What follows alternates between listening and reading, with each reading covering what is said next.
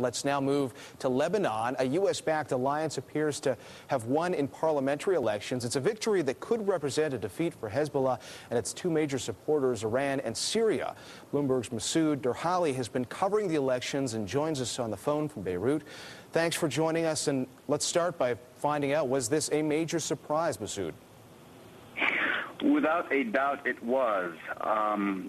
The polls that were taking place in the country and the general sentiment in the country was that it was going to be a very close race, one that would be decided by 2 or 3 seats in favor of the Hezbollah alliance. And so what then does this suggest about Hezbollah's role in the region? Well, it sort of puts it in a very precarious position, not so much in the region as much in the country, because in many ways this election was a referendum on, whether the Lebanese people wanted to have Hezbollah, a separate group in the country from, various other sectarian groups that are in the country, because this is a country that's made by 18 different ethnic, religious, groups.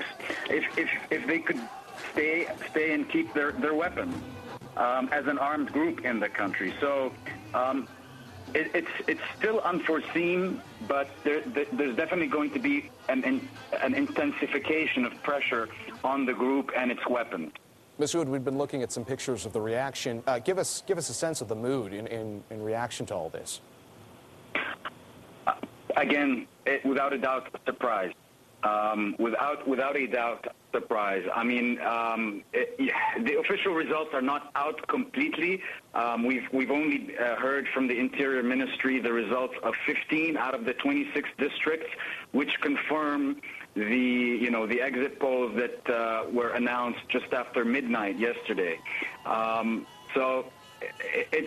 If the results are 71 seats out of parliament for the pro-Western coalition and 58 seats for the Hezbollah alliance, then you could easily use the word landslide.